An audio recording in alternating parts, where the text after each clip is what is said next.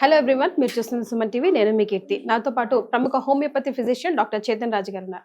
Hi Chetan గారు. Hello madam.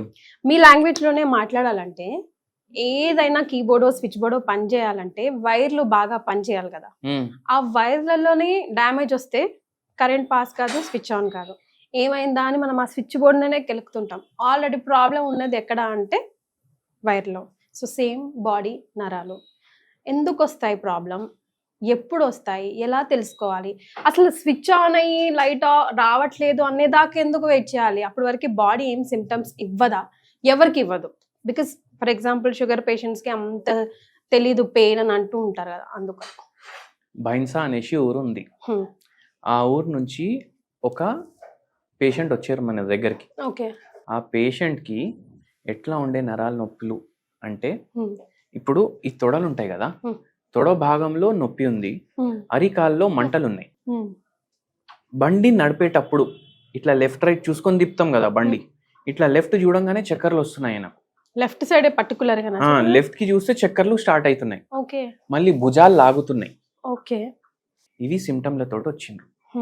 ఇప్పుడు అందరు ఏమనుకుంటారంటే ఇది వెరికోస్ వెయిన్స్ ఉంటది కదా, అది కూడా నరాల సమస్య అనుకుంటారు. అవునా కదా, మీరు కూడా వినే ఉంటారు, అరే నరాలు ఇట్లా వాసిపోయినాయి చూడండి డాక్టర్ సాబ్ అనేసి చూపిస్తారు. అయితే వెరికోస్ వెయిన్స్ అంటే అవి రక్తనాళాలు, అవి నరాలు కాదు. కానీ చాలా మందికి అది నరాల నొప్పినే అనిపిస్తుంది. ఈ పేషెంట్ కి వెరికోస్ వెయిన్స్ కూడా ఉండే. ఓకే.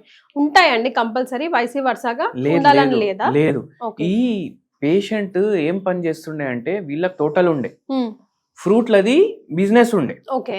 అయితే ఏందంటే ఇప్పుడు ఈ పేషెంట్ ఈ సమస్యలతోటి మన దగ్గర వచ్చిండ్రు. ఎందుకంటే లామినెక్టోమీ అనేసి ప్రొసీజర్ ఉంటుంది, అంటే సర్జరీ అది. ఓకే.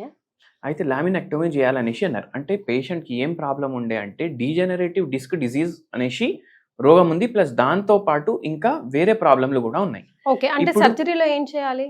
ఇప్పుడు సెట్ చేయాలి. ఇప్పుడు అదే చెప్తున్నా, ఏమైంది అది మీకు ఎక్స్ప్లెయిన్ చేస్తాను. ఫస్ట్ ఇప్పుడు నరాలు దెబ్బపడ్డాయి అనేసి జనరల్ భాషలో మనం చెప్తాము, కానీ నరాలు ఏం పని చేస్తున్నాయి బాడీలో మన చాలా మందికి తెలియదు. అందరు ఏమనుకుంటారు, రక్తం ఒక్క కాడికి వెళ్ళి ఇంకో కాడికి తీసుకొని పోతున్నాయి నరాలు అనేసి అనుకుంటారు. కానీ యాక్చువల్ గా నరాలు తీసుకుపోయేది రక్తం కానే కాదు. నరాలు ఏం అంటే అది నర్వస్ సిస్టమ్ మన బాడీది. మన బుర్ర ఉంటది కదా, మన బుర్ర ట్రాన్స్ఫార్మర్ అనుకోండి మీరు. ఓకే. అంటే ఒక పెద్ద బ్యాటరీ అని అనుకోండి, లేకపోతే దానికి స్పైనల్ కార్డ్ కూడా ఉంటది. ఇది నరాలకు సంబంధించిన మెయిన్ కనెక్షన్ ఇక్కడ నుంచి పోతుంది. మళ్ళీ మొత్తం చేతులకి, ఇది ఫింగర్ టిప్ ఉంది కదా, ఈ ఫింగర్ టిప్ వరకు నరాలది సప్లై ఉంటది.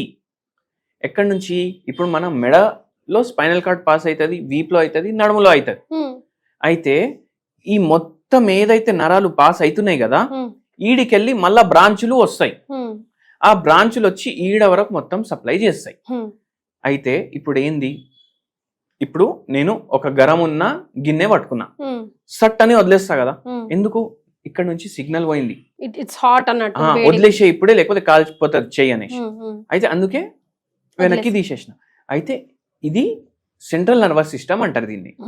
మళ్ళీ అట్లనే నరాలు ఇంకేం పని చేస్తాయి? మనం నడవడం నరాలు కరెక్ట్ పని చేస్తాయి, మనము ఏమైనా పని చేసుకోవడం నరాలకు పని చేస్తాయి, మనం మాట్లాడుకోవడం నరాలు పని చేస్తాయి, మనకు టేస్ట్ వస్తుంది కదా, అది కూడా నరాలు పని చేస్తేనే మనకు టేస్ట్ వస్తుంది. ఎందుకంటే సిగ్నల్ పోతుంది, అరే టేస్ట్ బాగుంది, టేస్ట్ బాగాలేదు, సప్పగుంది, మసాలా ఎక్కువ ఉంది, అదంతా మనకు నరాలు చెప్తాయి. ఇవే కాకుండా ఇంకో వెరీ ఇంపార్టెంట్ ఫంక్షన్ నరాలు చేస్తాయి. ఇప్పుడు నేను చెయ్యి ఇట్లా ఊపుతున్నా, నేను ఆపేసేయాలనుకుంటా, ఆపేస్తా.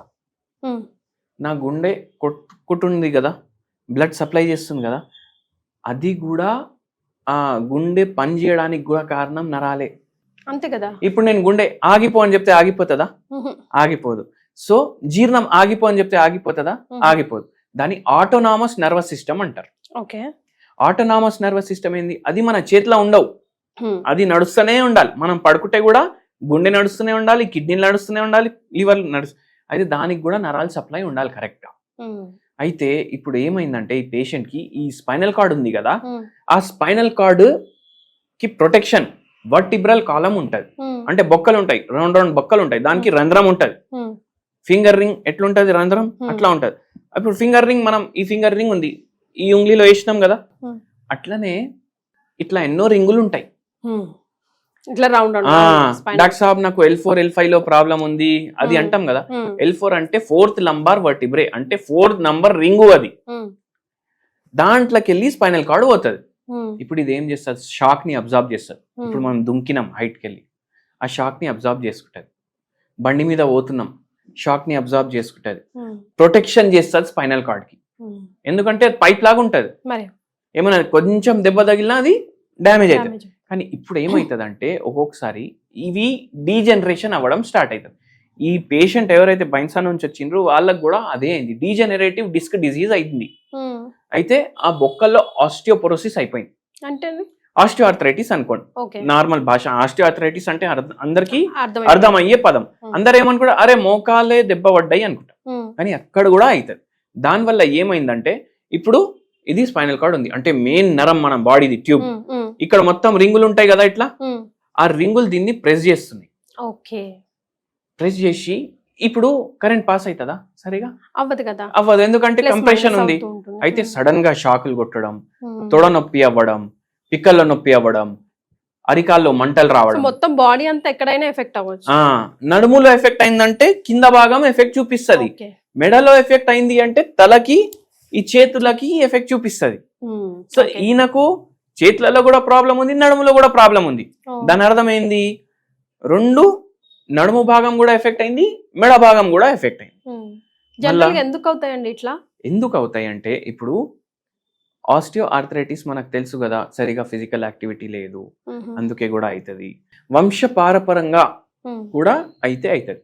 ఇప్పుడు వీళ్ళ అమ్మ నాయనది మేనరికం మ్యారేజ్, అప్పుడు జీన్స్ కామన్ ఉంటాయి కదా, అంటే అమ్మకు జీన్స్ లో ఉండే ప్రీడిస్పోజిషన్ ఏవైతే రోగాలకు ఉంది, నాయనకు కూడా అదే రోగాలకు ఉంటది కదా.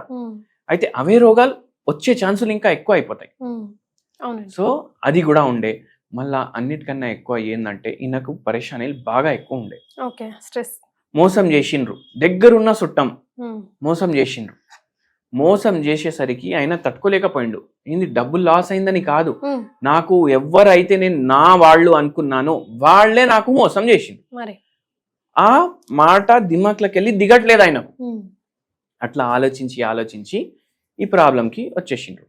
ఇప్పుడు మెట్లు ఎక్కేటప్పుడు షాక్ వస్తుంది, మళ్ళా ఈ అరి చేతుల్లో మంటలు, ఇట్లా కుజాయించుకోవాలి అనేసి అనిపిస్తుంది. మళ్ళా ఇట్లా ఎర్రగా అయిపోతున్నాయి చేతులు, వేడిగా అయిపోతుంది.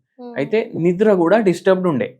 మళ్ళీ దాని తర్వాత నిద్ర పోయినప్పుడు బిల్డింగ్లు కట్టేటట్టు కలలు వస్తున్నాయి. సో ఆ సిమ్టమ్ కూడా తీసుకుంటాం. నరాలు సరిగా పనిచేస్తలేవు, అది కూడా తీసుకుంటాం. అయితే ఇప్పుడు మనం చెప్పినాం కదా, స్ట్రెస్ వల్ల అవుతుంది, వంశపారపరంగా అవుతుంది, ఫ్యామిలీ హిస్టరీ ఉంటే అవుతుంది, మళ్ళా మనం సరిగా ఫిజికల్ యాక్టివిటీ లేకపోతే అవుతుంది. ఇన్ని పరేషానీలు ఈ పేషెంట్కి ఉంది. అయితే ఈయనకు అసలు నాకు బతకాలనే లేదు, ఇప్పుడు చచ్చిపోవాలనేసి ఉంది అనేసి ఆ స్థితికి వచ్చిండు. అయితే మనం మందులు ఇవ్వడం వల్ల మెల్లమెల్లగా ఆయనకు తగ్గిపోయింది. ఎంత టైం పట్టిందండి? 5-6 నెలల్లో ఆయనకు సిమ్టమ్స్ వెళ్ళిపోయినాయి. మంటలు, తిమ్మిళ్ళు, నొప్పి, మళ్ళీ ఈయనకు ఎన్నో సంవత్సరాలు నుంచి ఉన్న పరేషాని. మళ్ళా మెల్లమెల్లగా ట్రీట్మెంట్ వాడుతూ మనం 1.5 year మందులు వాడిపించినాం. ఎందుకంటే మళ్ళా భవిష్యత్తులో రావద్దు రోగం అనేసి వాడిపించినాం. దాని తర్వాత ఆపేసినాం. అయితే చాలా మంది ఏం చేస్తారంటే పాన్లు, గుట్కాలు, సిగరెట్లు తీసుకుంటారు.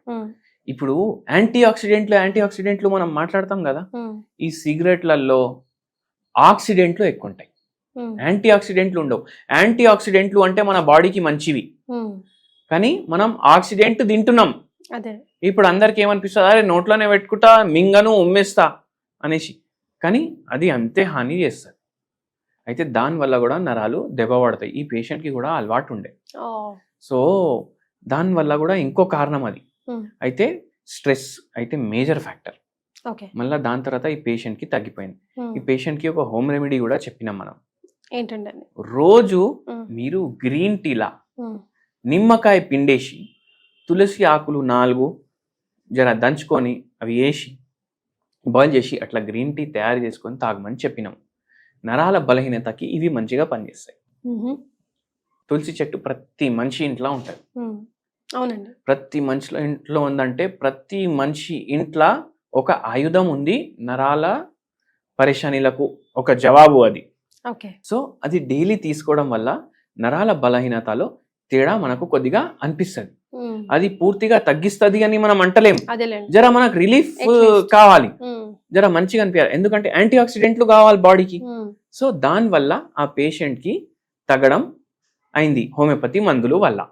అట్లా మీకు కూడా ఎవరికైనా ఈ నరాలది ప్రాబ్లం ఉంది అంటే ఇది మీరు గ్రీన్ టీలో ఇవి కలుపుకొని తాగండి, మీకు మంచిగా అనిపిస్తుంది. దాంతో పాటు మీరు తీసుకునే హోమియోపతి మందు కూడా చాలా ప్లస్ అవుతుంది. డాక్టర్ చేతన్ రాజు గారి డైరెక్ట్ అపాయింట్మెంట్ కోసం కింద స్క్రోల్ అవుతున్న నంబర్కి కాల్ చేయండి. Thank you so much for joining us అండి. Thank you madam.